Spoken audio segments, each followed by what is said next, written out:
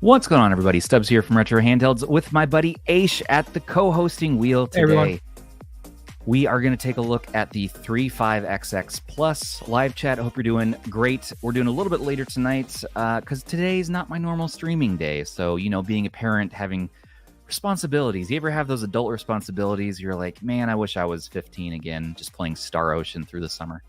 Oh, those were the days, man. We didn't know how good we had it. We didn't know how good we had it. Why did not? We should have appreciated it more. Yeah. Blink 182 on the radio, just playing a video game. What's my age good again? Good times, man. Yeah. Oh, man. Good times. Rex, hey, man. I have to apologize to Regs. Earlier, we had a team meeting earlier today, and I totally thought it was tomorrow. So I don't know. I'm out of sorts this week. Lots of stuff going on. We've got the Steam Deck OLED video, the screen comparison. We've got, what else do we have? The Neo Mini PC video, PlayStation Portal. Got the 35XX Plus review coming. 35XX Plus. Oh, wait, that's this live stream. We're talking about that right now. Let's unbox this. Let's not delay any longer.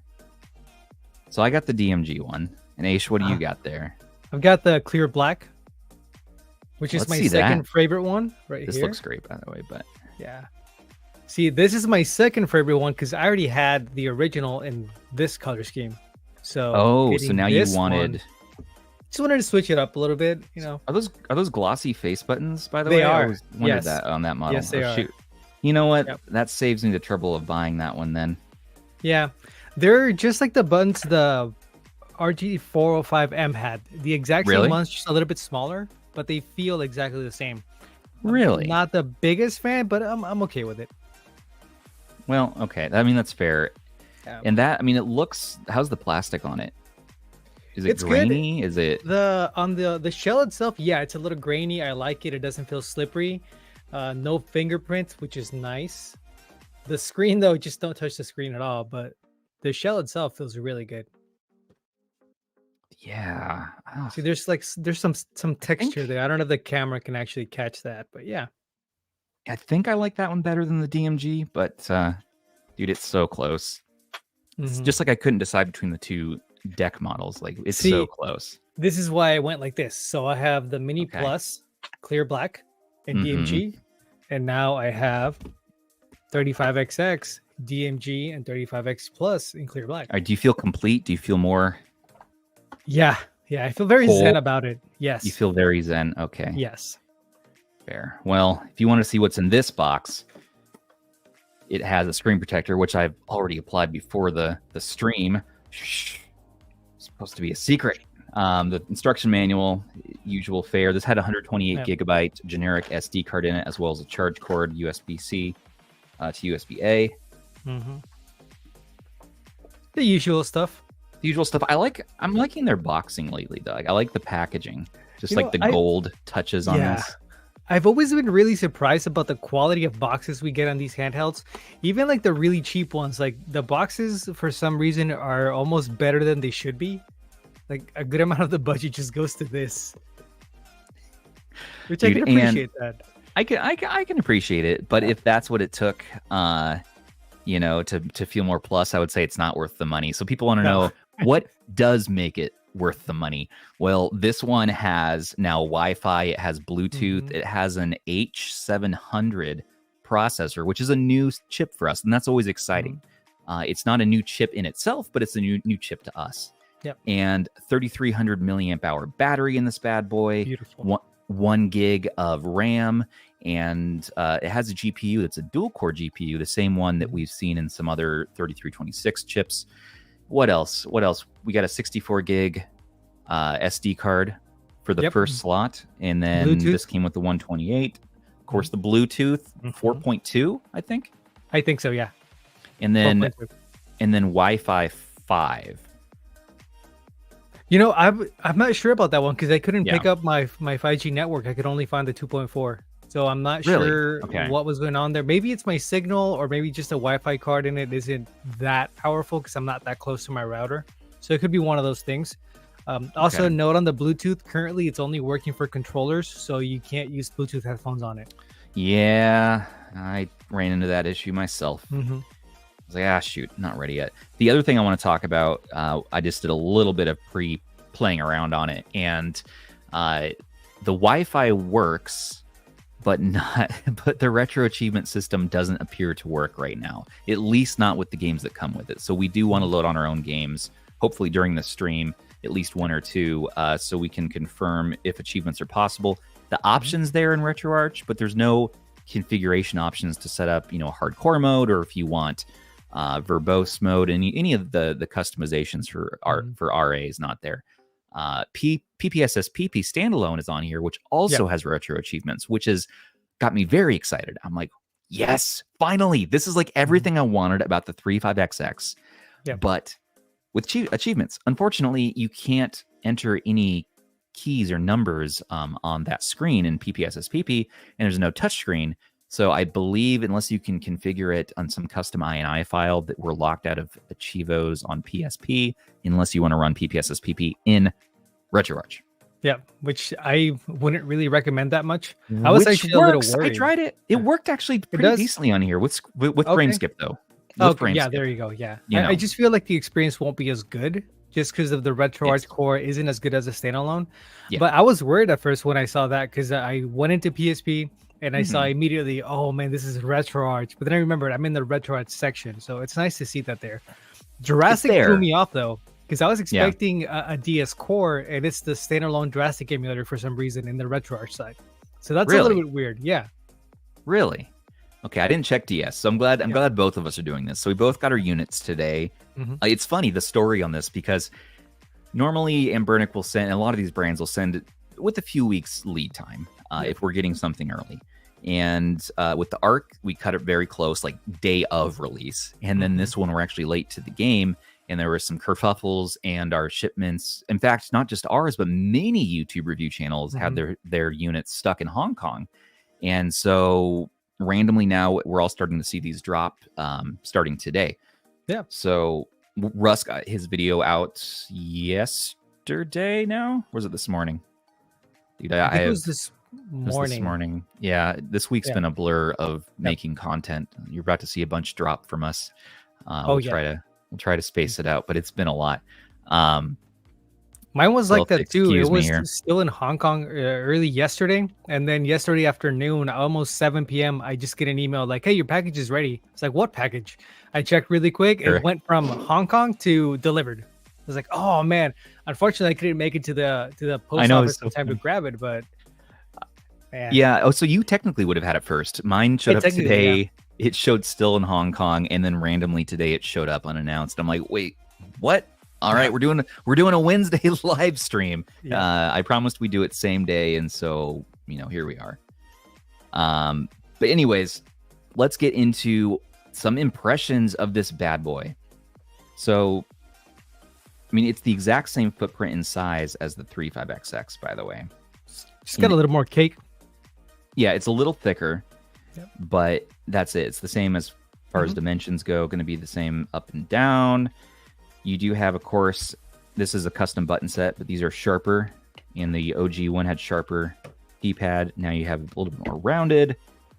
You've this what appears to be the same buttons, and we should do a check on the sizing. But I wonder if a lot of the custom 3D printed stuff is going to just drop in and work here.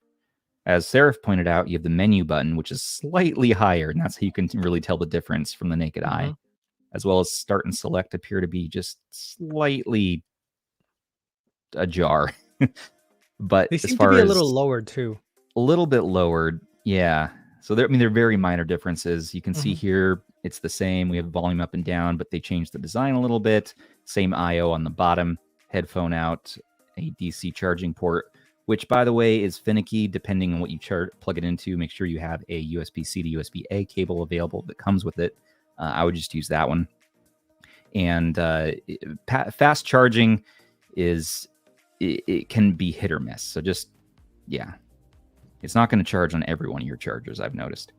HDMI out up top, and then 2 indicator lights. This side, of course, the same exact spacing and placement of power, reset, my 2 micro SD card slots. And here's my favorite change, 2 of my favorite changes. Not only did they adopt this better button layout. Which, do you recognize this unit? Remember this one? Yes. This is your old one. Yep. And it was an upside down Anbernic sticker, but I put a little Game Boy one on there. I love this unit. Mostly because Aish has touched it. But this has the nice sloped, ergonomically placed buttons, and Anbernic has kind of adopted that style now. And I love that they're doing this. You know, you saw it on this one. You also saw it on the 405V, but not quite as well done because these are too easy to hit. Now you actually have a little bit more play on here, and a little more depth to them. So they thick, they good. Yep. And I'm really glad they did that because doing the better button mod was a little bit tricky on the original 35XX. A lot of people were breaking the little clips to get the buttons on the hinges. So it's nice that we don't actually have to do that. And personally, I like these better than what they did with the Mini Plus buttons. I do. And I also love that they've made the battery easier to access here. So you can just get yourself a Phillips head screwdriver right there and just pop this out, one screw, and you get access to that 3,300 milliamp hour battery, which is a big improvement because this started out on a 2,100 milliamp hour battery on day one. And now they did a silent refresh later on where they swapped it to, I think, a 2,600 is what they're up to on these. You can put in up to 2,800, but this blows it out of the water at 3,300 milliamp hours. We always wanted the 35XX, but with a longer battery life. Guess what? In the Plus, we've got it. And you can thank Black Sarah for that because he's the one that specifically asked for that bigger battery. That is correct, sir. I'm looking for a screwdriver right now. We'll get to that in a minute. I want to take a look at the battery. But other than that, it's pretty minimal. You get the Anbernic logo back here. If you want to take a better look at the wattage, rating 5 volts, 7.5 watt hours, 3.8 volts, 3,300 milliamp hours. I just love that big of a battery is in here now. It's going to be good. The screen is, I believe, identical. I believe the exact same screen. You can see I put the screen protector on so you get a little bit of a bezel. I don't like that they get protectors for this that are so dang small because you have all this extra room around the sides. So I'd like that to be a little bigger. I'm seeing a difference here. The 35XX, the original DMG model, had a gray bezel, whereas the new one has an all black one, which I prefer. Yeah. Looks a little bit better. Oh, you're right. Okay. Yep. Because I have the original DMG color one right here. Yeah, it's subtle, but I like it. I think it looks better with that little black edge.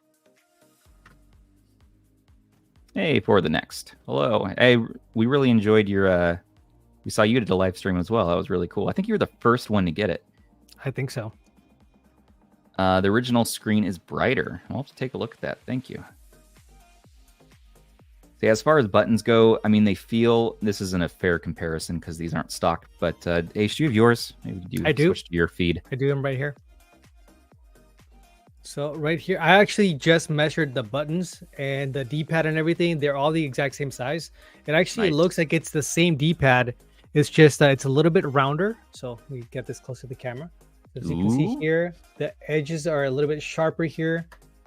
They're a little rounder on this one, but the size is the exact same. So it looks like it was just that one change. Plastic looks like they changed that too. And it's a little bit thinner. I don't know if you can tell there. Yeah. That's it. The buttons, though, they're the exact same size. What do you think of the feel of the buttons? They feel different. So on these, the original ones, they're a little bit flatter. Yeah. So they're smooth but flat. These have a little bit more of a bump, so they stick out a little bit more. Kind of hard to tell over there on camera, but yeah, once you actually feel them, wait a minute. See if I can get them. Yeah, so the new ones are a little bit rounder. Yeah. It's very subtle, but yeah, it's a difference. When you're actually holding them and you're touching them, you can feel the difference. Well, I noticed that this just feels a bit better from the original, as far as like the springiness and that. Like it's a little more pleasurable, I would say, to depress. The D-pad, though, the first thing I noticed about this when I took it out of the box is the D-pad has a really nice pivot now. Yeah, it's like soft. The D-pad is tighter. It's like the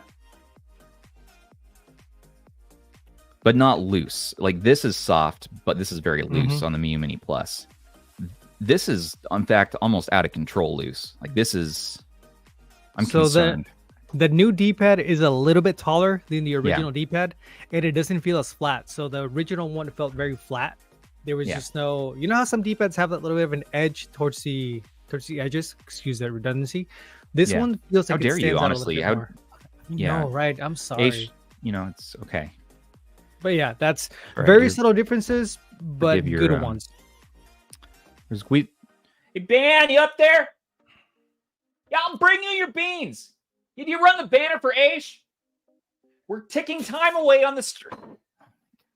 Come on, Ben. You're not going to get any beans today. Wrong person! There you go. In fact, accept my shortcomings too. Okay, we'll accept that one. But yeah, actually, the D-pad does feel tighter. If he keeps this up, I'm going to start calling him Beans. Sorry, man. No, you're good. But yeah, it's noticeable. The buttons feel tighter. The D-pad feels tighter. There's the original ones didn't feel like mushy, but this one just feels less of that, if that makes sense. It does. And I mean, I don't know. It's just a, I mean, take a look at this. Really, it's the upgrade we all wanted for the 35XX. I was about to start a fight, you know, when if they gave us the same D-pad as before, I would have thrown my hands up and just said no. I would quit the. You know what this D-pad actually feels exactly like? The 405M. It's like a. Yeah, actually, I mean. Yeah, it's like I like it better. I like it better than the 405M personally because it's a little bit looser, but so it's just a smaller version of that. Well, yeah, I mean that's rounded and but this is kind of Anbernic's new D-pad style. Yeah, you're right. This does feel a little bit softer. New D-pad style. Oh yeah. No, but I agree. They have too many games in here. I was trying to find the same game as something I have in here just to do a screen comparison, but the list is too long. It's too many. Yeah, it's too many. Yeah, we're obviously we're gonna have more content on this. We're gonna have full reviews. This again is a quick look and then sort of a Q&A. If anyone wants to ask some questions, we can do some testing after we get past this first part here. But we already looked at specs. The pricing on this, unfortunately, now is up to full pricing, which is only $6 more than the pre-order pricing. So it's $64 now, plus shipping. Links are in our description if you do want to pick this up. There are 3 different colorways. There is the DMG, there is the black model that Aish has, and then there is a white model that has the same buttons on the transparent black. So you already saw that one. There's no joystick, of course, so while it does play in 64 because it has that faster chip, and the chip in this, by the way, is the most performant in its price category, if I'm understanding correctly, because the only device that comes close to this is the XU10, and the XU10 is even a little bit less performant and even a little bit more expensive. Which Aish, do you like the XU10? Have you used that yet? I haven't used it yet. I don't know how I feel about that D-pad. I'm not a big fan of the split D-pad style. Yeah. But I guess I have to get my hands on it to actually get an opinion on it. So I'll reserve judgment for now. And below that, the next closest thing is going to be something like the R35S right here, or the R36S, which Joey has my R36S. Which there's nothing wrong with an RK3326. No, there's too many. It plays up to PSP, Dreamcast, and 64, just like the 35XX Plus here does, except it's not going to hit as high of frame rates. So so we'll have to see. You know, another one being, of course, Tiger Boy here, 3326, and we don't really need to do too many size comparisons. All this I noticed is a similar thickness. So if you have one of these RGB20S units, you can kind of get a sense of the thickness. The plastic on this is a little more matte this time, even more so than before. So while these have always been a matte shell, this is even more so. So it's grippy almost. I really like that. And it's, of course, ribbed in the back for Aish's enjoyment. Of course. And if we want to look at a smaller option that's even smaller than this, of course, the original Miu Mini. Little dude. Little guy. These are great, but very pocketable. But these back buttons are just so tough to use. And so again, switching to this style is ideal. What else do we got in the And the treasure trove here. Oh, yes. The other little brother, the forgotten one. The 280V. Oh, yeah. I need to get one of those again. These are so nice, man. Like, other than back when it was just this around, like the little mini, I actually preferred this one to the mini itself. It's just more comfortable. Blasphemy, sir. It's for me, it's easier to play the Miu Mini than the RG280V. Are we going to start a retro fight? Well, see, for me, it's the shoulder buttons because they're up here. We need to have the music for the retro fight. See, I have the better buttons, but even then, I would rather use these shoulder buttons than these. Of course, Onion OS is really what makes it. It's better. But as far as comfort, this little guy. No. I know it's not a popular opinion. That's okay. Everybody loves the mini. When people were trying to get one of these, staying up at 2 a.m. Okay, back to the stream. Order one of these, But fair. It's a different argument for a different day. I'll let it go. No, I know. I'm just giving you a hard time because I've missed you. So it's nice to see your face on camera again. The Miu Mini is good. The 280V is good. Don't get me wrong. It's just for me, man. I cramped up so easy on it. It was one I couldn't keep long term. What about this though? Oh, God. Look at the Doot, the D007. Now this is one that is, of course, a little bit bigger, but we do not recommend this thing. But it does win most comfortable in certain aspects.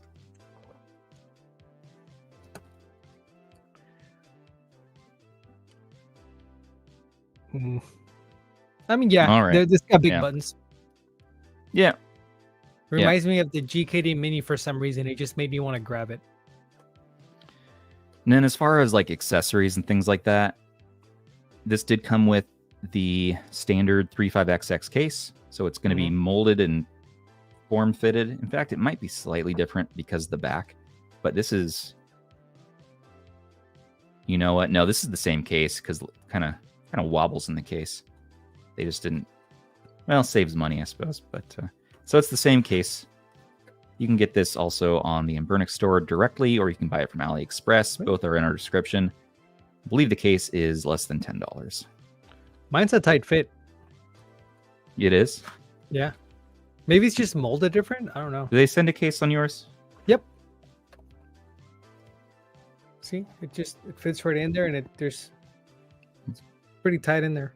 So maybe they did make a different case, but not maybe sent out with every unit. And I mean, mine's okay. Now we're gonna have another retro fight. We are, but no, this is tight. Like I don't want to start. I don't want to start a whole thing right now. Yeah. Where people compare cases. I don't want Casegate 2023. It's like this is a tight fit. It's just that now that these buttons are like this, it wiggles. Okay, so put it in. So I want you to put it in like that, and let's just watch you put it in. And no, that's you post. That's post in. I want to see pre and during. And yeah. Yep. So it's the same case, but now wiggle it. Like now, push down. No. Here, like yeah. Where's my camera? This. If you kind of like wiggle it like that, does it? Like if you push on the front, pretty in there. Does it teeter totter? Does it? No. Wiggle. No. You're pushing in the no on the sides. Like, okay, pretend that your legs are you're doing the splits like that. Oh, now like kind of. Yeah. Okay. Yeah. There's a little bit of wiggle, but. Yeah, it's not. Okay. It's not. Okay, it's not. I get it. It's not a problem. It's not an issue. I'm just saying that it's not 100% perfect in all areas. But it could be the same one because they put my original one in there too, and it's the same. By the way, does it rock? They're Team Pandori. That's better. Your brain is working better tonight. Yeah, does it rock? That's what I was trying to say. Your original one in there too, and it fits the same. So I don't know. Yeah, it's the same case, and that would make sense. In fact, it would be maybe upsetting if they adjusted it at this point. Might as well use what they have in stock and save on the factory and all that, and the emissions. Yeah. So I don't want. This isn't the hill I'm gonna die on. Everybody is differences in the case. Like don't. don't screen cap this part of the stream and then, you know, like Aish, you don't do a short on this segment. Now you know you're going to do it because I'm saying this. But... Wigglegate. Let's move on. Let's turn this thing on. Let's see what the heck it does. Wigglegate. Mm-hmm. Wigglegate. We need to check the case wiggle on every handheld now. That's it's gonna be. What are you gonna say? You're gonna lick the handheld and check the case. I'm not gonna lick any more handhelds, like except for this one, because everyone sort of expects that at this point. All right. Somebody was asking how the back buttons feel. They feel pretty good. They still have that soft click. So you can let me put it up to the mic. I don't know if it'll catch. I don't know, chat. Simply let me know exquisite. This is nice though. Like it tastes like plastic. Are you doing a shake test? I'm doing a little shake test. Yeah, there's a little bit of a shake in there. There's a little, nothing bad. But also the back button sound. Somebody was asking about it. Mm-hmm. I don't know if the mic is gonna catch that, but it's a soft click. It's still, you can hear it, so it's not gonna be a quiet. It is a softer. Yeah, but it's softer click. It's not how loud the click was on the old. Do you have an OG one with the OG back buttons? No, I have the better buttons. Yeah. You know what? I have one. I have one here. Hold on.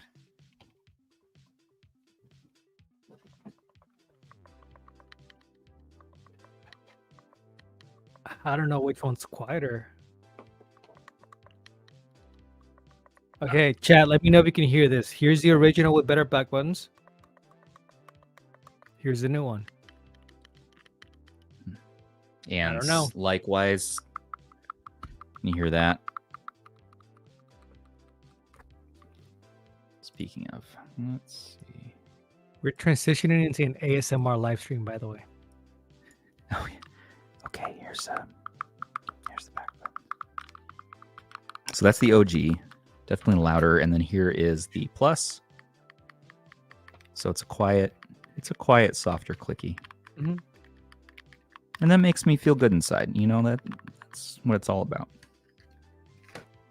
I mean, those aren't arc shoulder buttons, but they're okay. If you want dyed shells, by the way, if you have a transparent unit, or even if you don't, Roof Pooper in our Discord makes these, and they're really cool.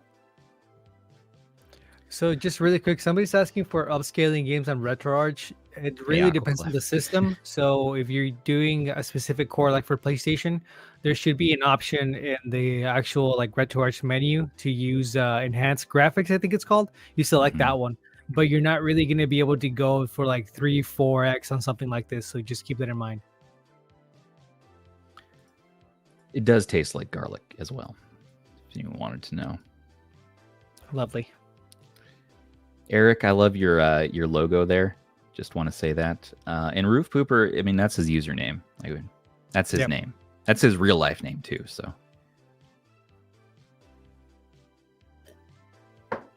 All right, yeah. I'll get. Sorry, Ban's yelling beans through the freaking ceiling at me. Just beans over and over again. He's rabid for them. Somebody says they hate garlic, like in all types of garlic. What about like garlic bread? Sorry. You got to catch it.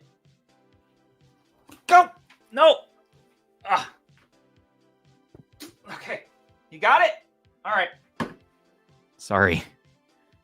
You got to feed him.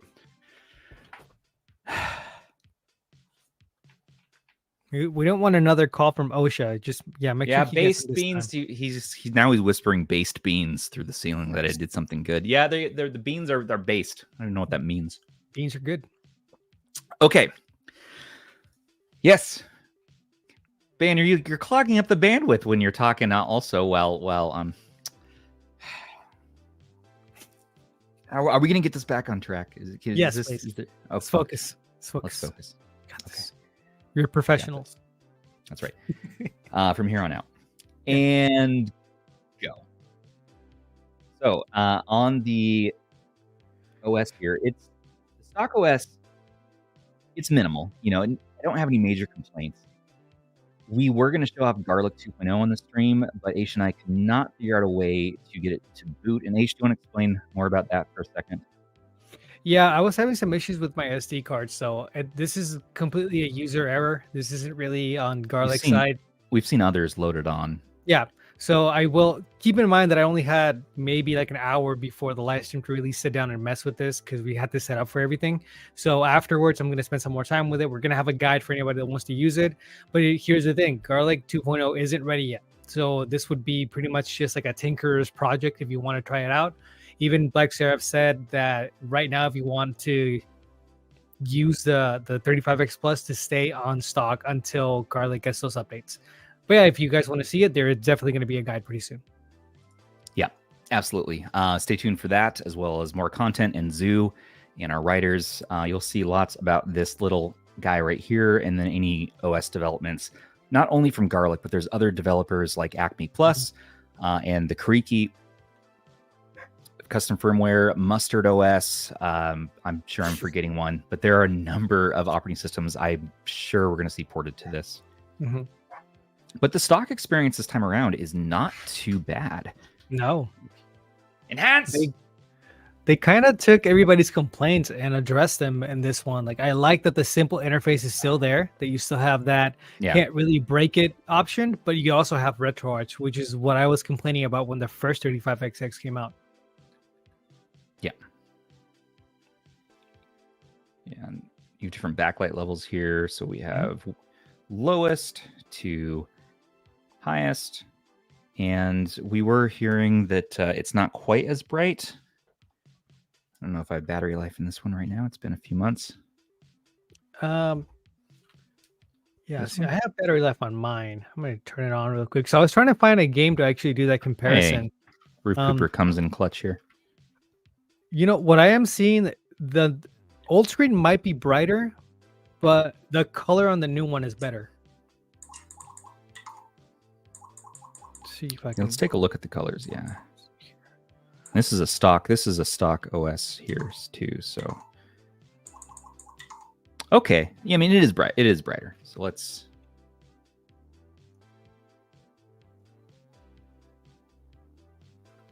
If we were to even it out, maybe if I do that, that's the exact same. So they're just one higher level. So I wonder if this gets dimmer as well. Let's see. I think the dimness level is the same as far as I can tell by the eye here.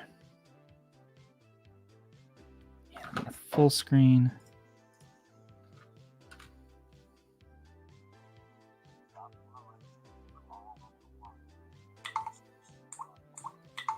Let's do like a 3.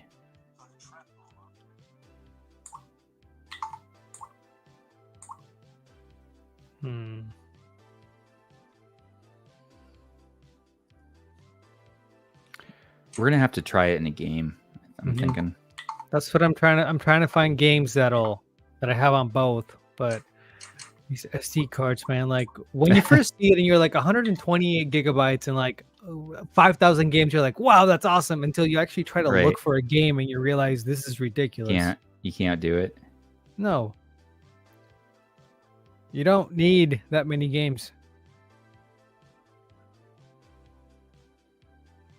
You're not gonna play them. There's game. I'm noticing that there's games separately on the external, and there's also games on the internal. It came with here. Yeah, that was weird. I wasn't. There's different, and there's a different selection of games, but some overlaps as well. Yep. Let's see. Do we just have classic Tekken? Okay, Tekken 3 and Tekken 3. Let's do that. There you go. Sorry for the outbursts earlier, everybody. It's, you know, Ban does live in my attic, and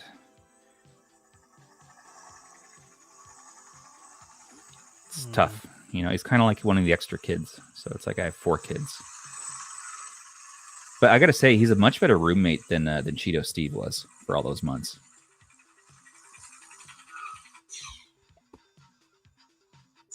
Steve-O. I don't know what happened to him ever since the escape. I mean, ever since he left. Yeah, sometimes you just gotta move on. I get it, but I hope he's doing well out there.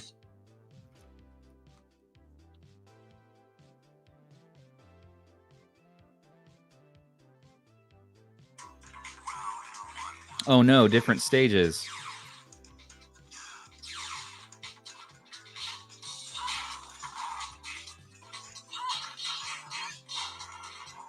I don't know if you can really. I really need to get the same stage.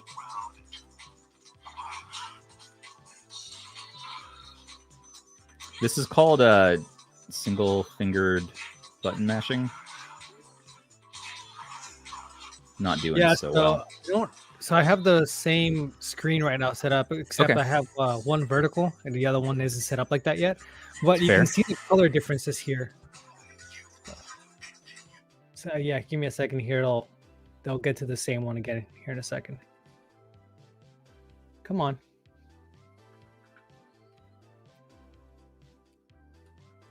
No. Okay, now it doesn't want to do it. Oh, there you go. Okay. So these are both the same screen, and you can definitely see a color difference there. Yeah, I mean that's a richer color. Mm-hmm. Oh, yeah. I mean that's. Yep. It's just this is already set up in that. That's too bright though. Mode. Yeah. Nah, bring that one down one brightness level. I think they're just two different brightness levels. Okay, I already brought it down there. All right. And you can still see it. Which one's the plus? This one. Right. Now the original's looking better to me. Actually, I brought it down too much. Let me see. Okay. I really do think the brightness does contribute a lot of that. I mean, I think it's the same screen. The brightness scales are different because I can't match them. See, that kind of matches it right there. Yeah. Okay. All right. There we go. Yes. This is a good like for like. The black levels are better on the plus. And as far as color goes, I don't know, man. I just maybe my eyes are playing tricks on me, but I might slightly like the original, or they're the exact same. Now that I match the colors. No, see, in person, this looks a little bit deeper. Yeah. On the camera's just blowing it out because that cameras do that with light, so it's kind of one of those. Well, just drop it to a lower brightness if you want to. If you want to get it deeper, both of them even lower. Yeah, like take them down to the lowest. Okay, let's see how low each one goes. Okay, let's see if that works. That's as low as they both go. Okay, well now the plus is definitely brighter, but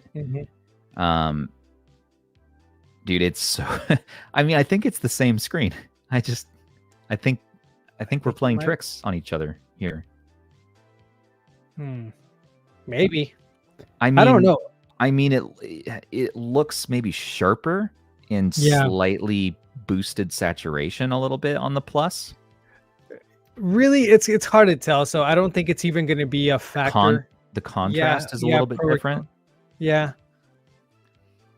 In person, I guess I would like just me looking at them. I think I like the new screen a little bit more. But when the brightness is adjusted on both, it's really hard to tell. Bezels retrospect mentioned here. Bezel is a little bit smaller on that new screen. Slightly though. That would tell me that it's a different screen. I don't know if it's smaller or just a different color though. Dude, I can't believe we're becoming a technical streamers right now, technical tubers, but let's get the tape measure out. I want to try to figure some of this stuff out. The only way we're going to do that is if we just get the hard data.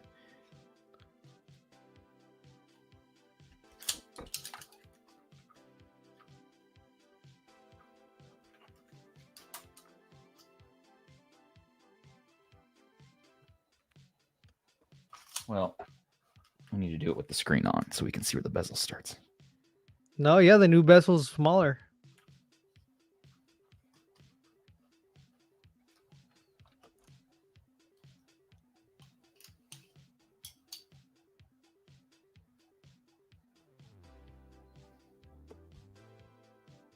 Right at 3. Just barely. Oh, yeah, It's a little bit smaller. like half a millimeter or something. Yep. But wow, so you're getting a little bit less real estate. Well, you're getting the same screen size, but you're getting more screen real estate. I'm sorry. Yeah, just a tiny bit. It's kind of like the difference between that new screen on the Miu Mini. Well, I mean, it's like just slightly bigger. Slightly.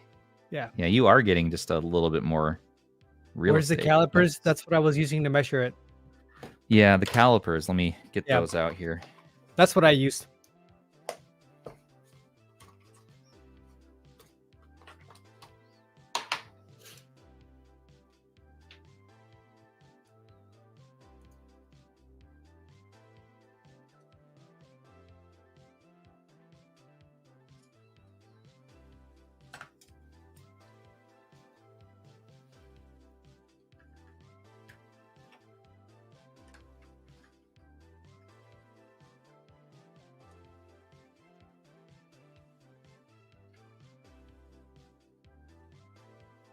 Is that about right?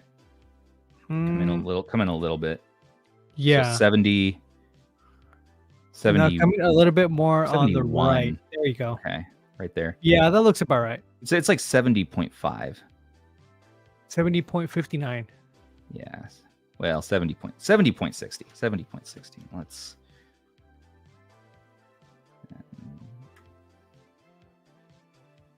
This one we need to.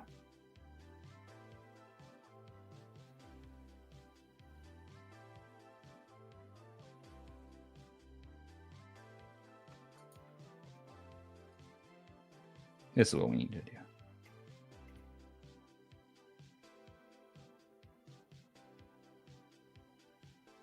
Okay, that's 4 millimeters. Right there. Well, yeah.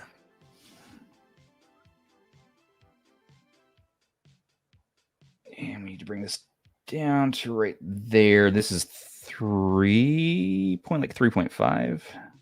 No, a little bit more. A little bit less, like right there. I'd say a little bit wider, actually. It looks like you're cutting into the plastic part. Okay, yeah. Open it up more. A little bit more.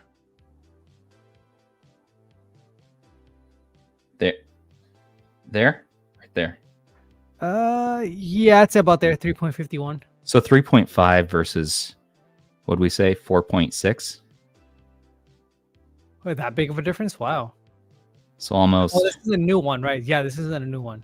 Right. So almost the full. So basically, what we're trying to say about 1 millimeter difference. It doesn't really matter. That's what we're pretty much getting at now. There's people out there who want to know this stuff, though. I noticed that more over time. More and more, we get questions of these particulars, and it's like, well, if we have the ability, let's do it. Yeah. Why not?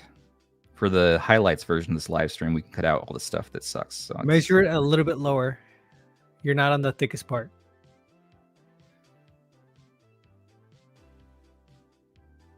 Like that? Yep. 7.8. Let's see. Which of mine have stock buttons? Do I have any stock button ones? Not really, but these should be about the same.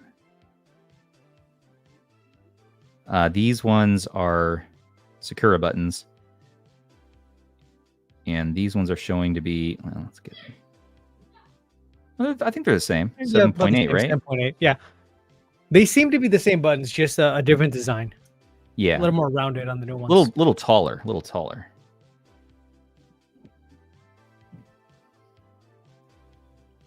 Any other things like this people want to see? Well, we have the tools out.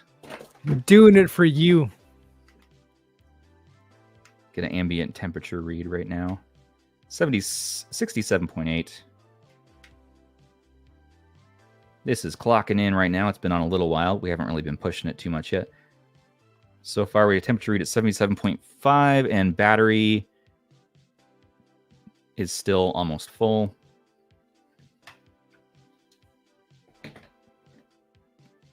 Let's play some games.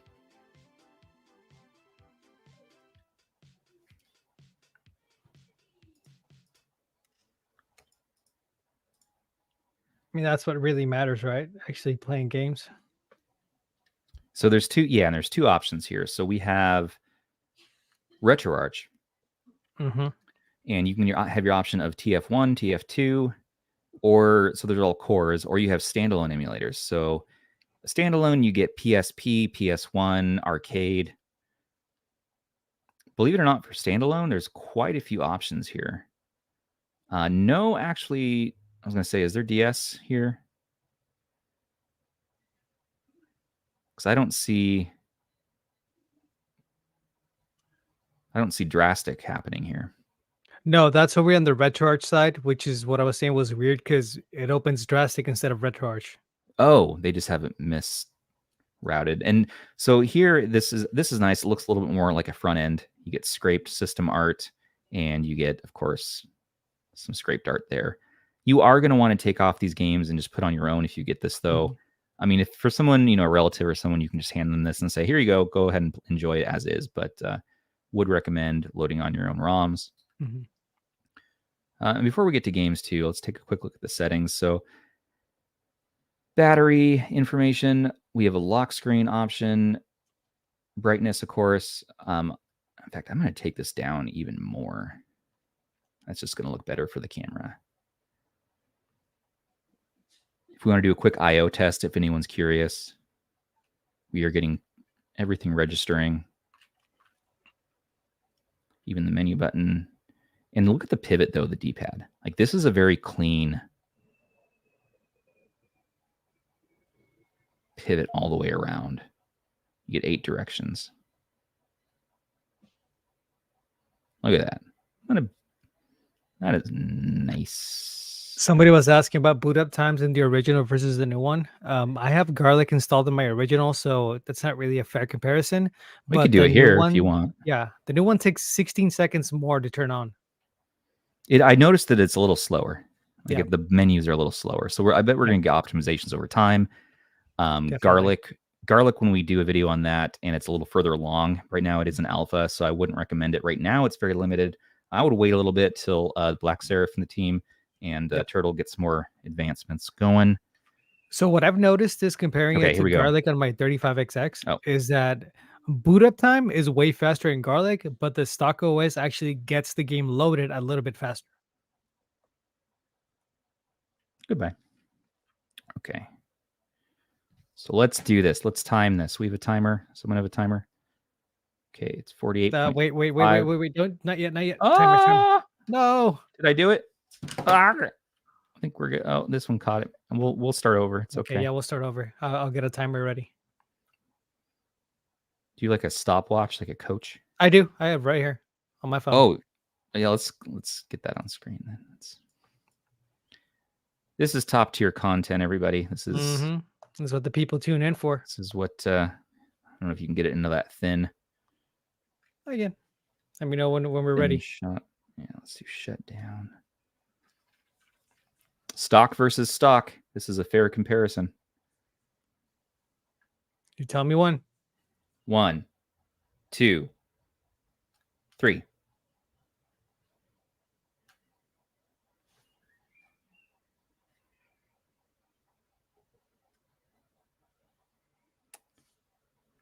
Ooh, oh, original wins.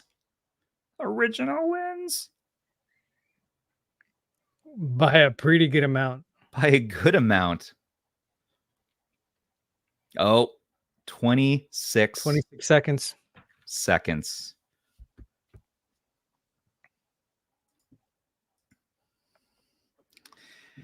They'll have to work on that a little bit.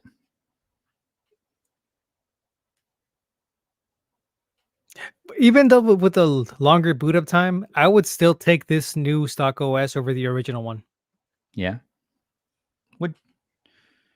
Would you? Well, I mean, so this one has GPU access. You get access to that dual core GPU, and so that's why we're able to push these higher end systems. Not only that, but the CPU is faster too.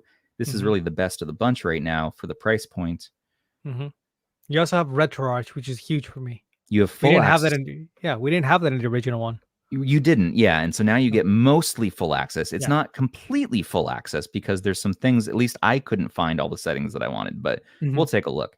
But you can, of course, connect Bluetooth devices. at least controllers right now, so we can try that. Network, so we do have a network Wi-Fi connected here. We have Moonlight to connect to Steam if we want. You can change your icons. That can be fun. Different backgrounds. You can turn off the annoying menu sounds. You can turn off the atrocious menu sounds. You can customize your buttons and shut down and reboot. So it's cool that you have Wi-Fi. You can use this even if retro achievements don't become a thing right away. You can use this for net play. So if we have two of these next to each other, or this and any other device with net play on your home network, or even outside your network, if you configure the settings for it, you have a multiplayer stew going. It's good times. Moonlight is also pre-installed, so you should be able to stream to it pretty easily. Yeah. Do you want to try RetroArch first or standalone? Let's go standalone. Okay. I think that's what's going to kind of set it aside. Yeah, because we're familiar with RetroArch. We kind of know what that's doing. It's funny because the external SD card that has a bigger size, 128, came with some just kind of janky. I mean, Loco Roco's on here. That's cool. Yeah. Disgaea 2's on here, but Street Fighter Alpha Max 3. Otherwise, a lot of minis. Which maybe they're focusing on games that don't rely on using the PSP's analog nub. But on the stock SD card, you get more options. So you get Castlevania X. Let's do some Mega Man Hunter X. This is my favorite PSP game. Yeah, so Jeff, you should be able to trade Pokemon now. That's what this means. I think it also has a clock, so the Pokemon game should work. Yeah, because you can use MGBA. Right, to use that feature. Oh, it's stretched. It does start out stretched. Is that going to bother people? The aspect ratio. Probably. Yeah. You can. Which is another thing we didn't have in the original. So they updated the original stock OS on the 35XX, but originally we didn't have any type of aspect ratio settings, no fast forward, and none of that stuff. And I do have a save from earlier. Save us a little time.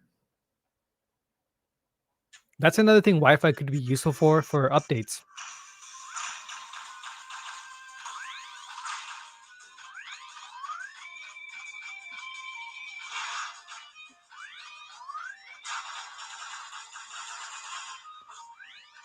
Is that using frame skip?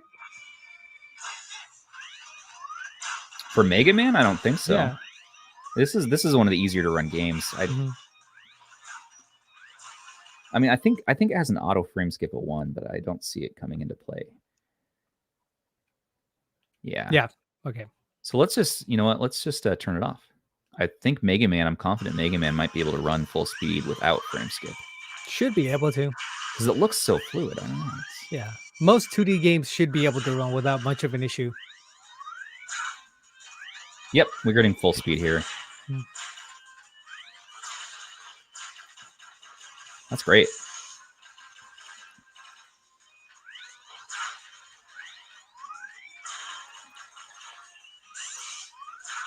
Dude, the zero latency. That's always my favorite part of Linux. Just nothing. Just so freaking clean.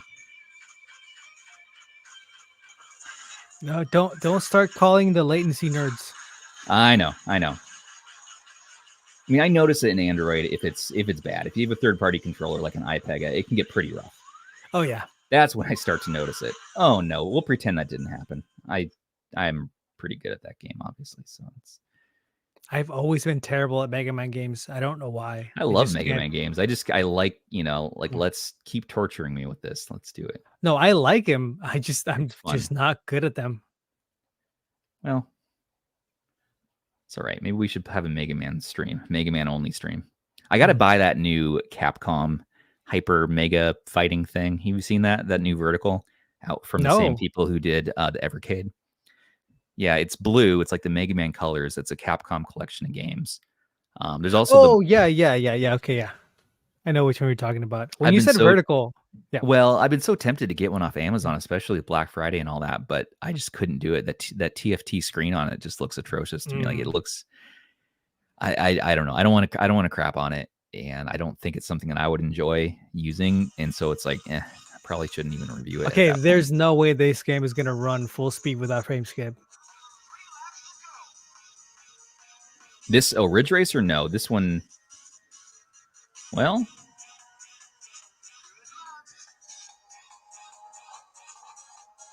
there's a setting you can turn off that gives it like a big performance boost. Maybe that's off, but I can't remember what it's called.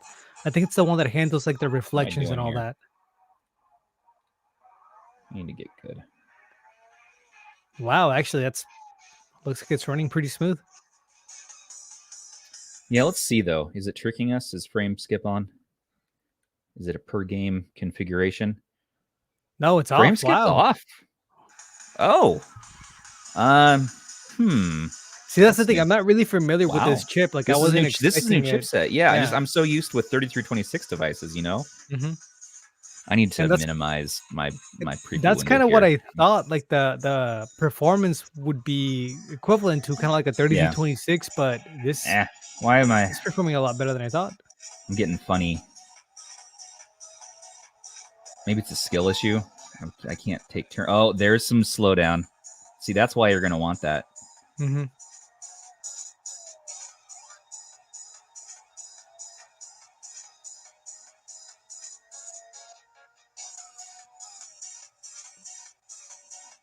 I would still say, though, if PSP is something you really want, this is not going to be the one for that.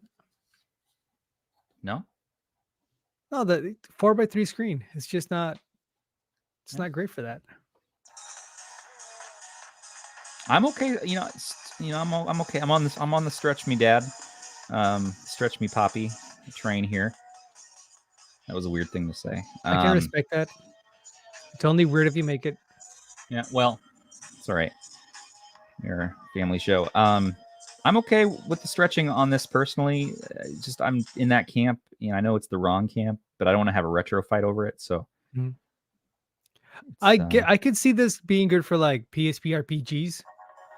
Just something small you can carry around, but I would still prefer a 16:9 screen for anything PSP.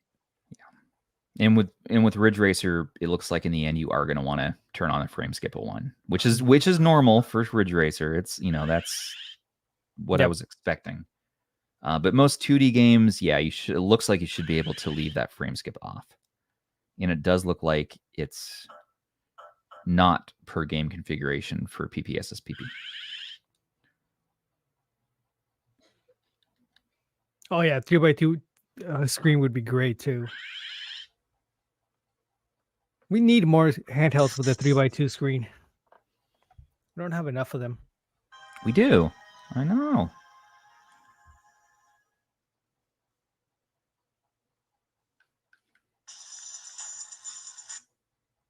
If you want to see a 2, like how I'm gripping this, if anyone's curious, where's my thing at there?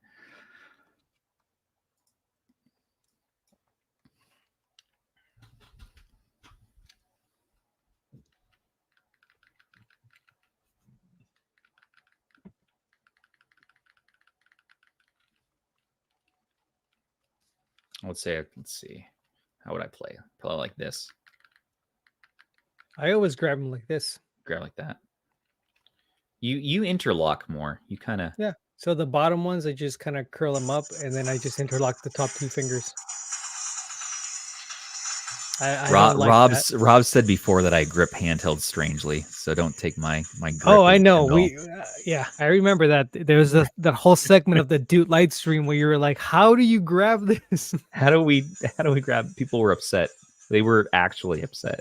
They were. Yeah. So I've been scared to show off my grip ever since. But if you had a Game Boy growing up, this should be like second nature. You'd think so, wouldn't you? Yeah. But here's the thing though, is that when you get older, your hands get bigger as you grow up. That's true. No one's taking that no one's taking hand inflation into account. That is very true. I had that happen when I grabbed the Game Boy Color a couple of days ago. Well, a couple of weeks ago. I'm sorry. I hadn't held one for a long time, and I bought one, and it just felt tiny in my hands. Yeah. I'm telling you, man, edge inflation. Yeah, Stubbs Nubbs don't fit it. Doesn't mean we can't try.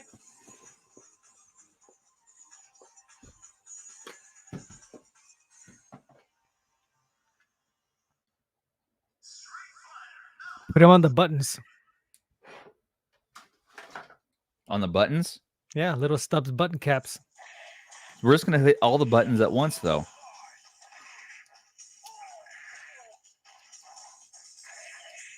Yeah.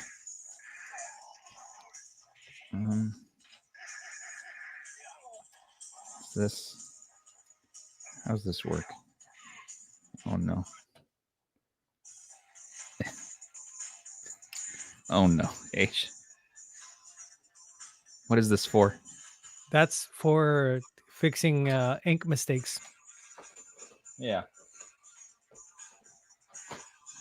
Well, how come as adults we can never find like the thing when we need the thing, like tape? I just need some Scotch tape right now. It's the gnomes. I know who it is. Ban did it.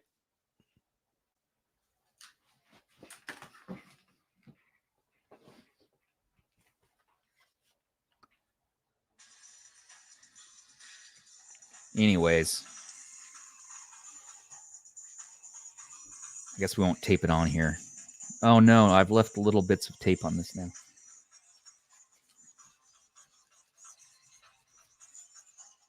Oh, it's everywhere. Oh God.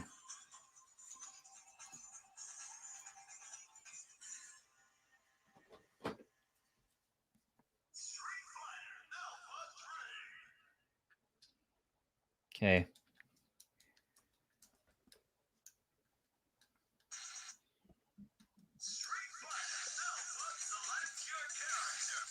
I guess you can just move it between characters. I gotta tell you though, when there's a will, there's a way. Spiky feel good. Aish, where's your Nubbs review? I need to get that out. Retro, we got Aqua, Clef's they're sitting review. Comfortably on my RGB30. Even Sujano's like hitting the streets with the Nubbs love. It's coming. Whenever you least expect it, you're gonna be watching a video of mine, and you're like, "Oh, there's a Nubbs." Now we're talking about them. Oh yeah, yeah. Dude knows integrations. No, don't do a standalone video. Not on my Nubbs account. Would it be weird if I reviewed my own accessory? It'd be weird if you didn't. Yeah, I was gonna say, like, do I just do a video on that eventually? Like, it feels a little self-indulgent. Can you throw a Hadouken? Oh, can I throw a Hadouken? Throw a Hadouken. Yeah. Yeah, because we still have frame skip off. Yep. Okay. So we're running this naked right now. Oh man, yeah, this feels great though. I mean, I know obviously this isn't going to work at all. What the hell are we doing right now? But I'm just saying, it gives me ideas. That's what I'm saying. Crazy ideas, like little individual nubbins for little buttons. See, I have a really hard time playing fighting games on anything other than the Arc now. Yeah, I mean the Arc is kind of top for that. Yep. Right now. See, let's see if I remember Papa Russ's advice. It's like a pivot down punch. Oh man, I really regret putting that sticky tape stuff on here. I don't know why I thought that was a good idea. I'm really upset right now. I'm gonna have to do like a deep clean later.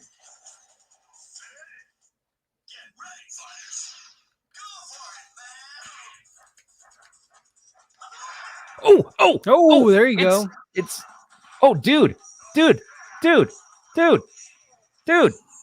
D-pad first, then the button. D-pad first, then the button. Remember that. D-pad first, then the button. Then the button, yeah. Punch. It's the punch button, not the kick button. Okay. Yeah. There you go. We're doing it. There you go. All day. Nothing. And then but if you have net. enough, Nothing I can't tell how much energy you have, but but if you want to do like the special one, you have to do it twice. Down. Okay. Down. Okay. Right. Twice, and then the punch button. So do the D-pad movement twice, and then the punch button.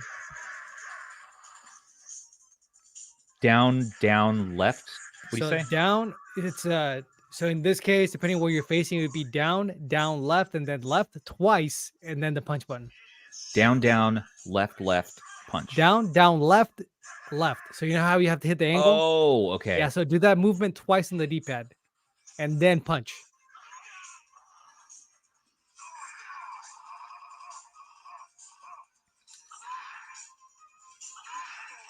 Dude, I'm doing Hadoukens. I mean, that's... You are. But now you have to do the D-pad movement twice, like 2 times in a row, and then punch. Oh, okay. Yeah. Okay, I get it. Yeah, like that. There you go. Dude. Nice. Now I've earned the right to wear this shirt. Let me just say. Okay, this is very exciting. Eric, sometimes I doubt your commitment to Sparkle Motion. Okay, now we quit. Now we I'm very surprised with the PSP performance. Can we push it harder? Like, what other is there a harder to run game on? They didn't really put any hard to run PSP games, but just kind of fair. They're curating. Seeing how those games perform, I would think you're going to be able to run most PSP with some minor hiccups here and there. Dude, Tekken 6 is kind of a monster to run. Let's try that. Is it? I mean, yeah. I mean, it's 3D rendering a 2D game. That's true. Yeah, I mean, it is. I consider Tekken 6 more of a 3D game. Yeah, you're kind of in that 3D arena. You're in the ballpark.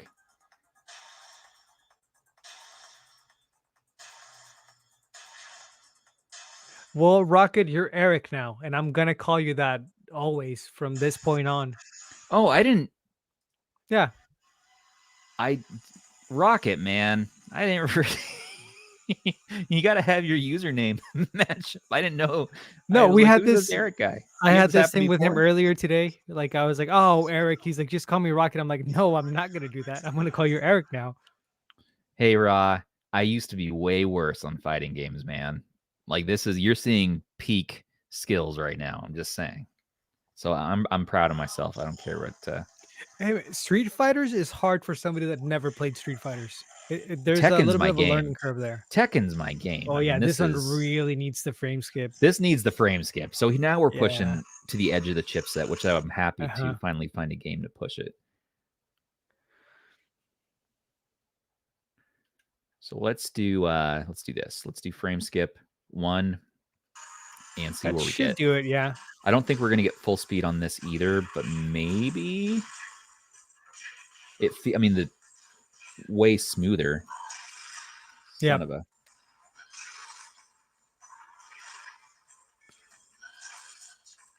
Yeah, so that higher tier of PSP games is just going to be out of the question. Unless you're okay doing like a 2 frame skip, which I'm not. Like, one is my max. There's other things you can do though. You can do I don't ever go beyond frame skip 1. It's just not worth it. It gets so disruptive. You can do things like skip the GPU readbacks, skip buffer effects, lazy texture caching. A big hit. Well, it depends per game. Not always. That's true. You know what takes a big hit and what would help the most, of course, is you could also. Oh wait, this is on. No, Linux. You're right. Buffer effects is the one that I'm thinking of that does make it big. But if you can, so maybe don't do that one. But these other ones, you should be able to cap the frames to 32 on the Linux version of PPSP. Cap them? I mean, it is capped. Yeah. So instead of the game turning to run at 60, it's going to turn to run at 30. I don't know if that option is going to be here, but I know you're talking about PP for Linux has it. Yeah, they don't have the option here. So the rendered duplicate frames to 60, you mean? No. No, it's not that. There's an option. Let's see. Go up higher. Maybe it's no. They keep going up a little bit more. Yeah, it's not in this one. It's okay. Yeah.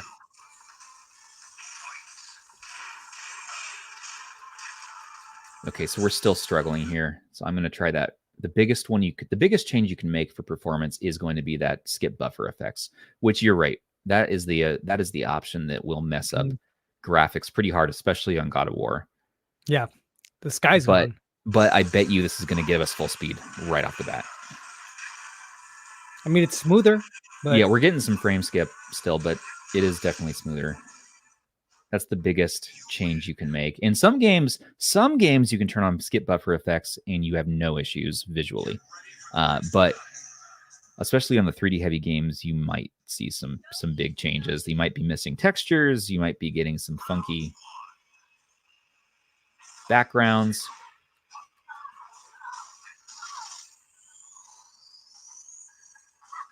I gotta move my camera back later. I'm getting that major reflections. I moved it purposely just directly overhead for the Steam Deck comparison video.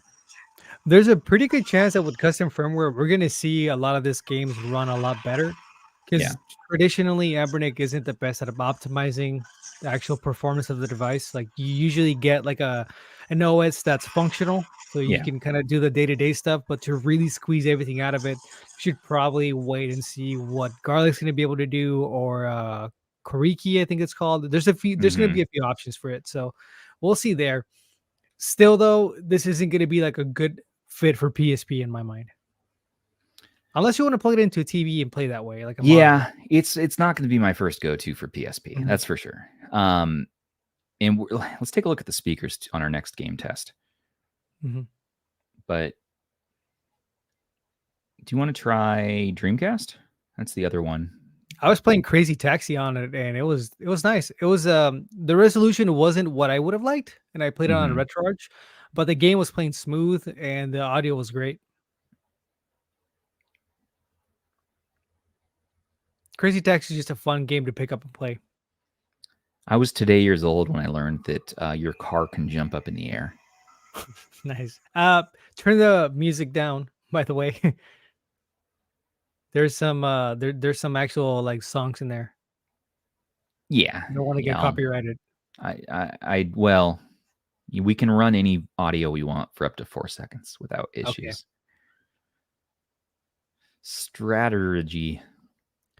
I don't think Virtual Tennis is on the SD card. Take a listen to the speakers. There you go, YouTube algorithm. Crazy Taxi Tube. It's party time. The speaker sounds the same to me as the old one. All right, let's go. Go ahead and drive around the gas. Go easy. Battery's looking great still, though. As far as temps go, so let's see if we've got any change. Crazy money, are you ready? Here we go.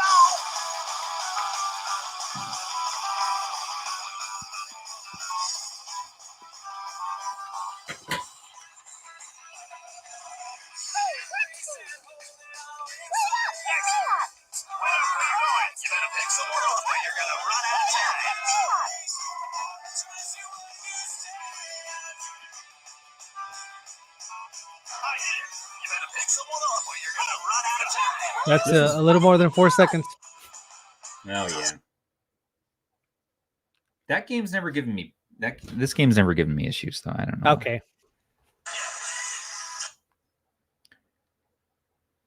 No, I mean the speakers. It's not the Steam Deck, but I don't think the speakers is anything anybody would complain about. Yeah, you get a mono front firing speaker here. And it sounds good, but the speaker again is never something that I've focused on these, especially on these style verticals. No. What was cool to see is that you have things like Pico 8 preloaded on the SD card. I saw that, yeah. So you can jump straight into Celeste and not have to mess with anything. I'm a little disappointed that as far as the game list goes, they didn't include any N64 games. Yeah, N64 is going to be a hard sell. Although, I guess after playing the ARC, I'm surprised how many N64 games actually play pretty well with the D-pad if you map everything right. But you don't really have enough inputs for everything here.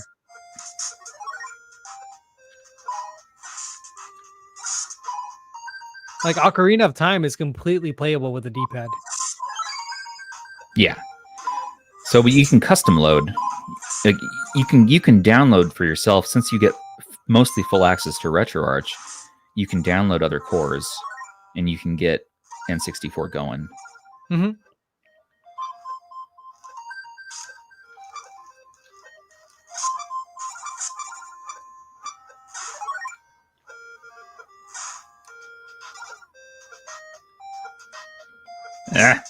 No.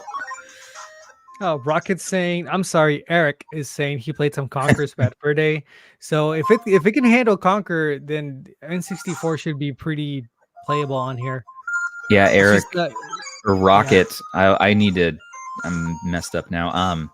Hey, Rocket. Yeah, so stay tuned for Rocket's review on our website.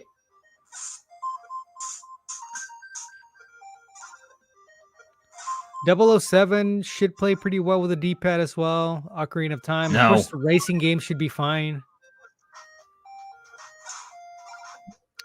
Mario 64, there's some tricky parts if you're using a D-pad. Like aiming the cannon is a little bit tough. Like you kind of have to reset a bunch of times, but it's doable.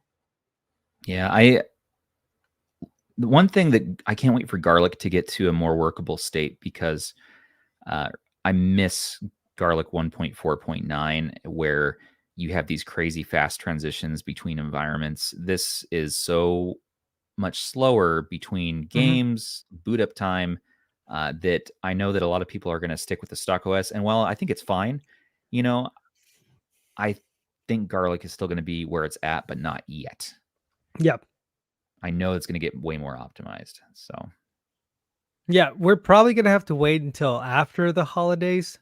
So sometime in January to really see those updates, but they're coming, and when they do get here, it's going to be the better experience. And it will have PSP and N64 and all of those systems on there too. Let's do DS too. You see this? They included some DS games. Yeah, they did. I tried a couple. It was weird.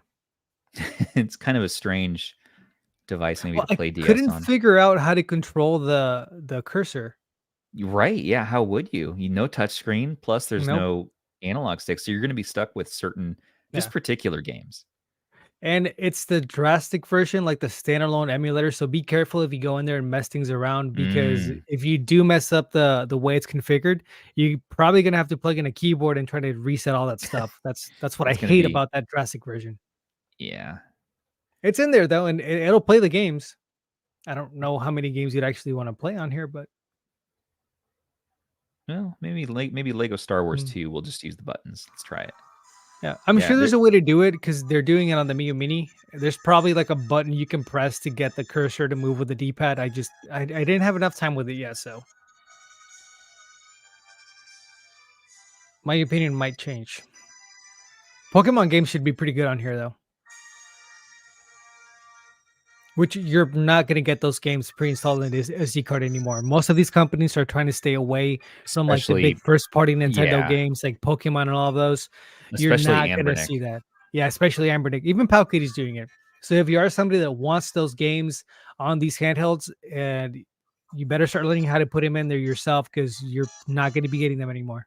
Okay, so so it is a standalone drastic. You're right. Yeah. But we want to. I'm afraid to change any of this. We'll just leave it like this for right now.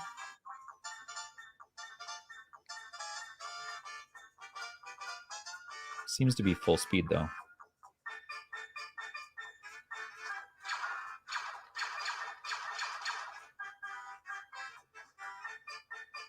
My daughter Leia would like this game. Wait, Michael Benny's saying drastic is on Garlic. Do you mean Garlic? Oh, Garlic or Onion? I know it's on Onion. I wasn't aware that Black Serif added drastic to Garlic yet.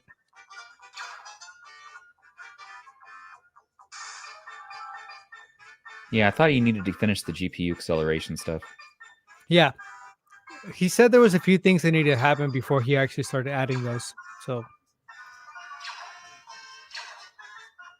Oh, okay. Yeah, see, someone say that it got ported by somebody else. Oh, there you go. That's the cool thing. We're going to start seeing a lot of those updates. Thing. Yeah. It's up on GitHub, so anyone can help out. Yep. Wow. That's fantastico. Right. If anybody in here hasn't seen our live stream with Black Seraph, there's a new one that I uploaded that's just a section talking to Black Seraph about what Garlic's doing, how you guys can help if you want to get involved in any way. It's right there. I edited down to 35 minutes. It's definitely worth a listen. So if you haven't done that yet and you're interested in this stuff, go give that a watch. It was almost like watching a brand new, stream almost, because you took out all of the fluff. You just left the stuff. Yep. And you just focused it, in on the Black Seraph aspect. So that was cool. So we're doing those, and Aish is doing those for some of our major live streams now. So anything where we cover subjects like that, where we think it's a dedicated video, you're going to see more of that from us. This video, I'm sure, is going to have a highlights version. I can already tell that because I've gotten us off track at least 10 times. But it's Bean's fault. Of course. But he does live in the ceiling and he helps with so much. So Brighttunes is asking about touchscreen on Garlic, and that's a question that I actually brought up to Black Seraph. If the device has a touchscreen, it'll work. It's just not mapped yet. So that's something that if somebody wants to go in and help with that side of it, sure, you can import touchscreen support to Garlic, but it's not there right now. And Black Seraph isn't sure if he really wants to do that himself, just because there's a lot of devices that aren't going to be able to take advantage of it. So that's one of those things that I'm saying. Like if somebody wants to jump on and help up with this stuff, like you're more than welcome to. Yeah, and guys who run the so Rocket and Ban, they run the the Handheld of the Month Club, and that's a channel in our Discord. And vote on the next one because I want to see the 35XX get more love. So, my vote's already casted for the Plus for next month. I'm just saying. I'm so happy Handheld of the Month is still going on. Still going. I was reading through it the other day. Yeah, needs a new vote. Yeah. Either that or Retro Chicken. Oh God. A video. I filmed a dedicated video for this, by the way. In the midst of filming my other two videos that are like, necessary content. I went ahead and filmed this in between just as a palate cleanser, and I had so much fun. We'll talk more about that. I had the chicken for like 6 months and I never charged it. And it still worked. It's crazy. It still worked. That battery life is amazing. So everybody, there also is ports in here. And so it comes with a bunch of ports, Wolfenstein 3D, of course, Super Noah's Ark 3D. Let's just load that one right up.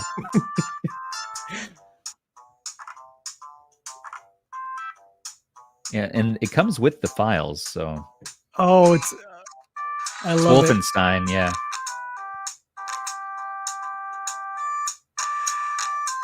Actually, this is a good use of the speaker. Yeah. Hey, you're gonna let that go? Do you like that? Wait, how do I do this? There we go. It's asleep. I put it to sleep. It says you fed it. Oh, I fed it. Good. Now it's taking a nap. A little nappy poo. Taking a little nappy poo. Hey, there's only supposed to be 2 of them.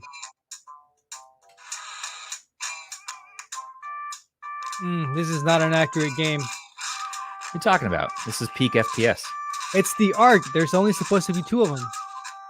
Oh, right. Yeah. 2 of every animal. Yeah. It's not accurate. Noah looks upset.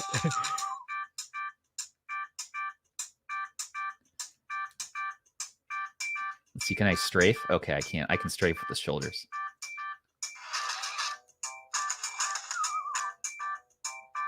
All right, well, that works. Yeah, this is what I was saying about this new stock OS. It's not bad. It looks like Anbernic's actually kind of trying with their latest offerings, especially like with the Arc. I was surprised by the Batocera build in there. That it's not. I mean, it's not great. It's not anywhere near as good as a custom firmware, but it's probably the most usable ones they've had offered so far. Someone's asking, does it play stereo via the 3.5mm? Well, I can.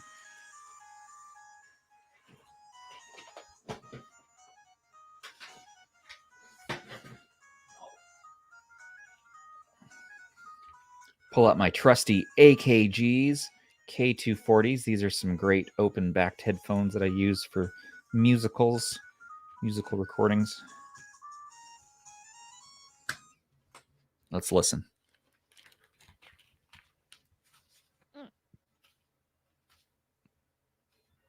Yeah, it's stereo. I mean, it's coming out of both speakers at different.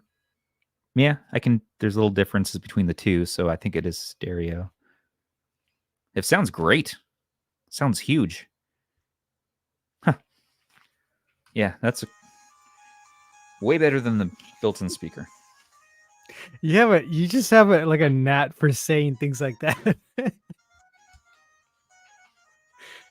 Oh yeah, you didn't have headphones on. I was saying you're just like a natural saying things like that.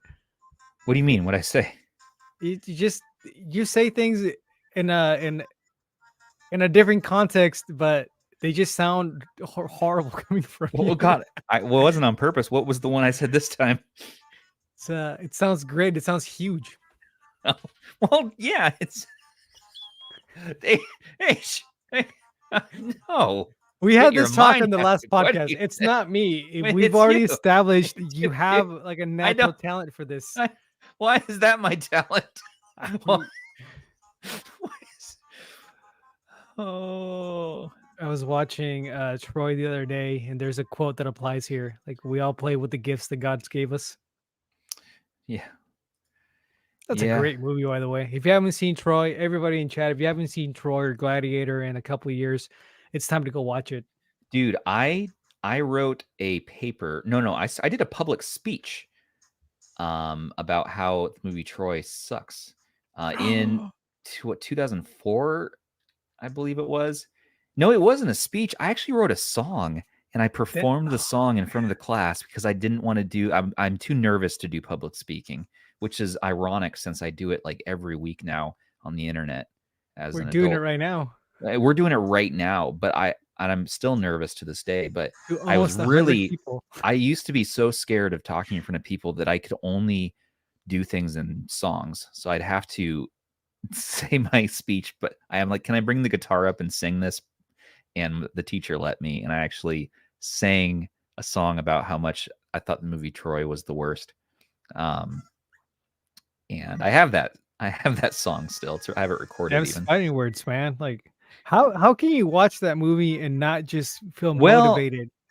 I mean, I was a kid. I was just a dumb kid. I was like 19 or something. And I'll watch it now. I bet if I watch it now, I'll have new appreciation. Dude, that scene where they're first storming the beach and like taking the Temple of Apollo is, oh man, it's art. Okay, it's like the first time you watch 300. That's the thing. Extreme Machine. Yeah, I'm not, for some reason, not as nervous on public singing because like I'm not there. You have a good voice. Oh no. And I had if I have a good voice now, then thank God. But back then, that was another story. But I always have felt more comfortable singing than talking. In fact, when I'm around the house, I usually half the time just sing what I want to say to people, and the kids and everyone get used to it. So it's something I've refrained from as much as I can. I've held back as much as I can on our videos, but it's creeping into them a little bit more. So watch out. I feel like sports really helped me with that side of it. Just being comfortable in front of people. Really? Yeah. I'm a ball of social anxiety most hours, but I found good coping ways these days. Public speaking isn't like, I'm okay with it. Public dancing though, I can't. Yeah, dancing I couldn't do in front of people. Oh no, I can't. I couldn't even do the prom. Like that was horrifying. But for people that don't know, Stubbs is a singer and he has a few albums out, so you should probably go check him out. Like, comment, subscribe. Yeah. No, I have a new album actually I'm working on right now. I've been working on about 10 new songs that I'm sending over to Jim, Mr. Jim Gray, one of the first developers of the Onions. And they're not gross. They're not gross. They're not gross. But we're working on some new songs together. I just need to do the drums, and I'm debating if I want to hire a studio drummer on Fiverr to record, or if I want to get a little bit better myself and just record my own drums, because I always thought that'd be fun. Nice. Be like, yeah, I recorded all the parts in this album. I did the drums even. Usually, I always get a session drummer. Do you play the drums? Fun. I don't play any instruments. I have very, very little musical your talent. Son does. My son got all the musical talent from his mom. He's so good, man. He shared some of his music with me when we went to the zoo, and I thought that was so cool. He loves making music. Yeah, anything art related, that's his thing. Oh, somebody asked on the chat if the H700 is strong enough for PSP and Dreamcast. So we showed that a little bit earlier. You're going to be able to play a lot of PSP, but those higher end titles, they're not going to work. So things like what was it, Tekken 6? They just it was a bad time. But Ridge Racer actually played pretty well. So you should have a decent experience with it, even though the screen isn't ideal for PSP. Dreamcast should actually work better than PSP. And in my experience, Dreamcast is easier to emulate than PSP. We also have open bore on here too, which is cool. And there's rumble. There is a rumble motor in here, and it feels nice. In fact, there's a test you can do for that. So if you go into settings and IO test, where's the button? Menu plus select. You can test the motor here. Take a listen.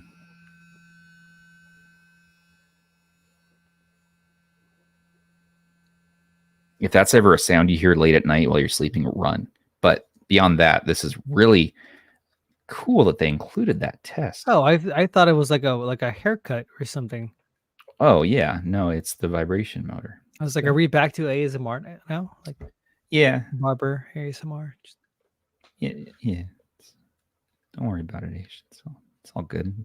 We'll be all right. There's also this apps section in here, and you can turn bezels on or off. So if you have auto bezel on, then you'll get some interesting bezels on the side. I like having really clean interface, no bezels. I turn that off. Dark mode is not what you think. It is not simply turning on a dark theme. It actually dims the screen an extra like 40%. I love that. If you want to go in the dimmest setting and then play in bed at night, turn on dark mode in here. It's only for RetroArch, not for standalones, because it's just making use of a RetroArch shader, which dims the screen. Yep. Which was a game changer for me. Isn't it cool? I mean, it's cool. Yeah. I think it adds a slight performance overhead, but I think it's very slight. It's super worth it at night. Yeah, it might be nothing. And then you also have a quick power off, which I believe just means that it probably turns this into some sort of sleep function, or maybe it quits RetroArch faster. I haven't tried that option. Oh, by the way, if anybody here grabbed an ARC and they're wondering why the screen just looks dim and it doesn't really pop, it's because that filter is on by default on the stock OS. It's annoying, so try checking that overlay and get rid of that filter. Yes. Sorry, I remember that right now. You also have a history here if you want. You have a favorites list. Hit start on any game to add it to that list. You also have a search, which is really nice if you have a bunch of ROMs on here.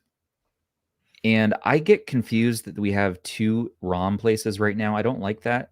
I really don't. So I think I'm going to go ahead and remove this card and just add everything onto the one. Just a selection of games I'm actually going to play. Lastly, and this is the biggest thing to me, and I want to show this off, retro achievements. The reason I was the most excited for this handheld is for retro achievements, and I was bummed out, that I couldn't do that on day one. So if we go to PSP standalone, and I was very excited for this. First, I'm like, okay, obviously this isn't going to have the version of PPSSPP that actually has retro achievements, but they did. Let's see, where was it?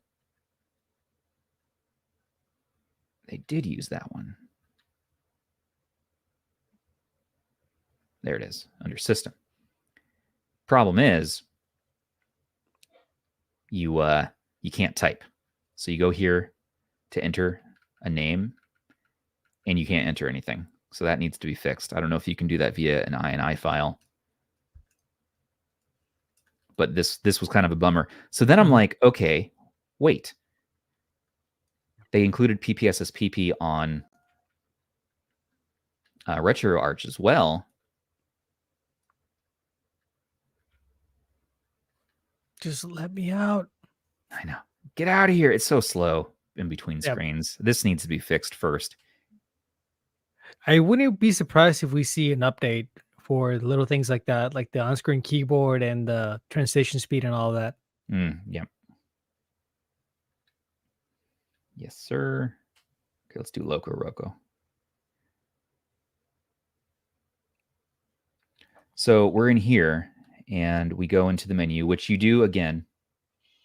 You can get mostly full access to RetroArch and you can download more cores and do whatever you want. The only thing I can't figure out is achievements. So they moved it in this version to under user and then accounts, then retro achievements. So you can put in your, so I'm Stubborn Pixel, by the way, if you want to find me on there. I always could use more Chivos friends. We can compare scores. You will win, I guarantee it, and it'll make you feel better about yourself. But problem is that there's no further options for retro achievements. So while you can configure it in there, I did not see a way to add it anywhere else. Likewise, when you load up a game, even one that's guaranteed to have achievements, when you go into the quick menu, there's no way to look at an achievement list. So it makes me think that they're using a version of RetroArch that is limited as far as using achievements, which is a bummer because retro achievements have been in RetroArch now for years. They were the first app to really get support. So that needs to be fixed. I don't know if we need to do that through a third-party firmware or if Anbernic can add that via an update soon. But please, my one ask is we have Wi-Fi in here. Why the heck can't we just do retro achievements? I haven't seen too much talk about that yet. I really hope that that's addressed. That is my number one reason to upgrade for me from this to this. And that not being there is just personally for me a bit of a bummer. And so I'll be waiting on bated breath to have that feature available. In the meantime, yes, it's nice that we can do more performant gaming on here and all that. And there's improvements in pretty much every other regard too. It's just that I don't know that I would run out to spend the money on this yet. I think the software is so much more mature in this one that you can just boot it up and play and have a great experience all through and through. This still is just less of a headache. Right now, you are going to have to do some tinkering on this to get it to where you want it. It's a fun tinkerer's handheld from day one. Give it a few months, and we're going to have a retro stew going, and this thing is going to be a banger. Really think that this will be a handheld to keep a close eye on through 2024. I mean, dude, I don't know. How do you feel? Same. I mean, power-wise, it's probably the most powerful in this form factor. Yeah. I still don't know how you feel about that extra boost, just because the systems that would take the most advantage of it aren't really going to be very well suited for this form factor because of the analog stick. Yeah. But I guess if you also want to use it as a little home console, because you can do that, it's nice to have that. So I kind of have mixed feelings about that. But the upgrades to the battery, the Wi-Fi alone, to me, seemed worth it. Even the better buttons. So if you were to get something like this and you wanted to get like the better buttons mod, well, that's going to be an extra $25-$30. And you're not going to have Wi-Fi, you're not going to have those things. So pretty much if you're a fan of the 35XX, like it's your daily driver, you really enjoy it, and you just want a better version of that, yeah, definitely, it's worth it. If you don't really care about that Wi-Fi, if you're okay with the performance of what you're getting in the 35XX, then there's probably isn't that big of a reason to upgrade. It really comes down to the user. If you don't have any of them and you're kind of thinking, should I get the Mini Plus? Should I get the 35XX? Then definitely keep an eye for the 35XX Plus. Right now, the Mini Plus is more mature, so it's going to be a smoother experience. But in a couple weeks, this is probably going to be getting up there. So it's kind of, it really depends what you want. Do you want to be actively involved into the development of a new console and kind of see it grow, kind of like we did with the 35XX, and have more power? Jump on board. You want something matured? You want something that's ready to go right now? You have two choices right here. So that's the thing, man. Yeah. You don't have to collect every single thing either. Like we're not the norm. You know, I would say the average person who's a gamer who is in the handhelds probably has maybe 2, maybe 3 handhelds total. Between emulation devices and first-party devices. But if you only have something like the Odin 2 or the Steam Deck, pick one of these up. Like this is a perfect little companion for something like that. Yes. Same thing. Yeah. It's just I have 3 device classes. If I were to narrow it down, I don't think I could ever have one device, maybe years from now. Maybe. And again, when we get to that point, it's like why do we do YouTube content anymore? Like we found the device, go enjoy it. But for me, I think it's always going to be one big device, one medium device, one small device. That's it. Give me something on Linux, something on Android, and something on x86. Steam Deck right now for me, and I have video coming of the top 10, but just the preview, I'm thinking Steam Deck OLED or Steam Deck, Odin 2, Android middle range, or the Pocket Air, seriously. I'd go Odin 2 for me. But yeah, no, I understand. Just for that screen. Yep. Pocketable device, sub $100. It's going to really come down to the 35XX Plus, the Miu Mini Plus, the R36S. Pretend this is an R36S. It's an R35S. I mean, God, any other you can think of that competes in that area? I mean, the XU10. The XU10, but it has its own shortcomings, I feel. See, for me, the analog and the sticks retro is something, and the retro chicken. The retro chicken. The analog sticks are something I don't really want in a handheld that's going to play the type of games I want to play on these. So it really, for me personally, just comes down to 35XX or Miu Mini Plus. And the Miu Mini Plus, I guess, yeah. And the Miu Mini Plus to me is, I like it. It's less powerful, but it has by far the most mature development. By far, as features goes. Work put in by the dev team who makes Onion. They have done an outstanding job with this hardware. Outstanding. There's a lot of love and care that's gone into that. And people wonder why we don't talk about it more. And for me, anyways, I just don't use it a lot personally, only because of the ergonomics of the device. And that's it. Otherwise, I think it's a hell of a good deal. Still, you can find this as cheap as like $50, $60 now. This one is 35XX Plus is $64. Before shipping, and you can find the R35S or R36S around $40. So you have $40, $60, $64 to around $70. This, between these ones, wins out. The only reason I would get something like the R36S or R35S is going to be to have joysticks. So if you do want to have clickable joysticks, you want to have a better PSP experience, not performance-wise, but at least controls-wise, and N64, get something with joysticks. But other than that, I mean, there's a slew of software available for this too. And it's a fantastic deal for the money. Freaking awesome. Also consider the 353 VS if you're in the market with something. And the VS is still holding true. And if you're a fanatic about verticals, of course there's Analog Pocket. But I would recommend, actually, if you want to step up, a lot more money, but getting something like the 405V, then you're going to get those sticks. You're going to get a T618 processor that can handle up to PS2 and GameCube, and you're still going to get nice, comfy shoulders, big screen. It's a beautiful device. It is big. Not everyone loves it. Don't get this. Do not get the GKD. Don't get this. The new GKD looks interesting, but we'll have to see. We will have to see. But yeah, I mean, I'm still I don't know that this is 100% necessary upgrade yet. Again, 3-4 months from now, I might be singing a different tune, but I'm still very, very happy software wise, ergonomics wise, functionality wise on the original 35XX.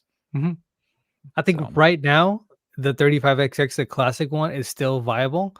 Within a few weeks, once we have like full support for the new 35XX Plus and all of that, that's going to change. But for right now, yeah, definitely, it's any of those. Yep, it's true. So if anyone's interested in ordering, though, any of these devices, I'll make sure to add them to our description. But 35XX Plus at the $64 asking price is a good deal. I want the software side to get more mature, and it will. It always does. Remember last year when the 35XX came out originally, it was not there yet. Not good. It was not good yet. In fact, but we still liked it. We didn't toss it out yet. Yeah. But it wasn't there yet. There was something that we liked about it. We saw Garlic hit. We saw the Dual OS hit, and it's like, whoa. We saw the modding community go crazy in this, and we're going to see it again here. The modding community, because the price is right. We're going to see all those mods come in, and this thing is going to be so good.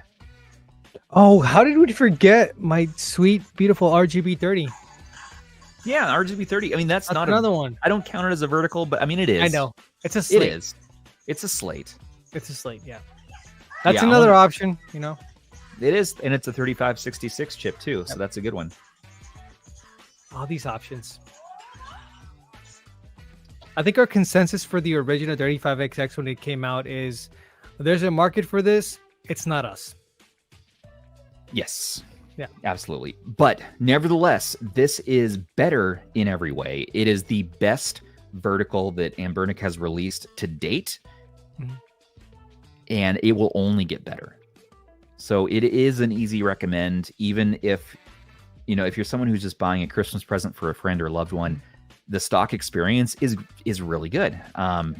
It's better than their last stock experience. Wait, and are we gonna put it above the 351V already? 351V?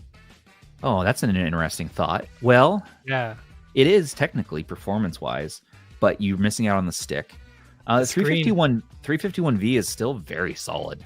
Still that very screen, solid man. device. That screen. I need to get another one. I want the wood grain again. I still have the one I got from you. Really? Did I send you the wood grain? No, I will have the chef for that, but I have the original DMG one I got from you. That's how I ended up with RH. Yeah. And the other, and this is Leviathan. Yeah, absolutely. Battery life on the Plus is a lot better. So you're not going to go wrong with this. And you can play it for hours. I mean, look, we've been live streaming for what? Almost going on 2 hours now. And let's see where our battery's at. We'll use up 30 seconds just transitioning menus. They need to fix that. They do. But we actually still have what shows as full battery.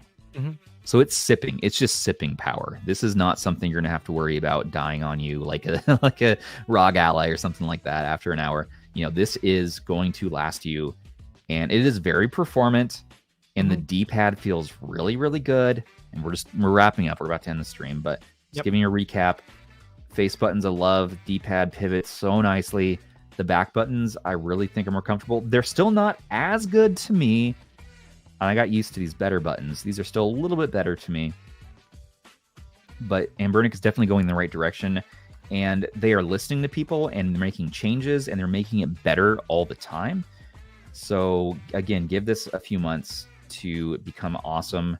You can probably even put in a bigger battery if you wanted, if you take this out and load maybe even a, I don't know, 3,500 milliamp hour at least. That might still fit in there.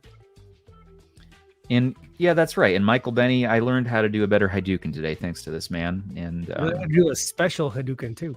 I learned how to do the special Hadouken, double it. Yep. Double the D-pad, boom, punch. Yep. Yeah. So yeah, I think that's going to do it for us. Aish, any final thoughts on this? No, I feel like we covered it. I like the device. I can't wait to really like dig into it. Expect a review in the next couple of days. Like actually going in depth on this. Yeah, I'm a fan of it. I love the 35XX. I'm happy to see a new version. Yeah, the false diagonals do appear to be fixed on this one. Definitely so much better. I like it. I really like it how it is now. And yeah, stay tuned for Aish's deep dive. He makes the best photogenic deep dive videos that I've ever seen. And he has a fancy new mic on the way too, so you'll get some of those. I just want to make him look pretty. Sultry vocals. It's gonna be good. And then watch out for Zoo. He's gonna come in with one of his Zoo reviews. Just be prepared for that. And Rocket on our team, Raven on our team, and Ban on our team. So we're gonna have 3 written types of content on the website. Comparisons. It's gonna be a 35XX plus Christmas. Yeah, if you want to know about the 35XX, you're gonna hear it from us. And I'm gonna talk to Anbernic about possibly donating 1 extra device for our Christmas and New Year's Eve live stream. So for that giveaway. So stay tuned. We do have a year-end giveaway where we give out a bunch of handhelds, and stay tuned for that one. We're going to celebrate. It's been a good year. Talk about the best handhelds of the year. Talk about the best games we played. If you haven't subscribed yet and somehow you're watching this, go ahead and subscribe so you can stay up to date with all this stuff, because we do make all these announcements and we go live about once a week, if not more. Yep. And again, just thanks to everybody for watching, and special thanks to our patrons and subs. You guys are awesome for being here with us. I need to get this updated again. We're now in almost December, but thanks to everybody in the list here. And Aish, buddy, thank you for joining me on this live stream, man. This was a good one. This was fun. Yeah, I'm happy to had a blast as always. Well, me too. Well, everybody, let's do type. I always forget to type thanks for watching in the chat. Right, and there we go. Now I've done it. Well, this has been Stubbs on behalf of Mr. Aish here, wishing you all a very happy holidays coming up here. Stay warm, stay healthy, and also take care of your handhelds and each other.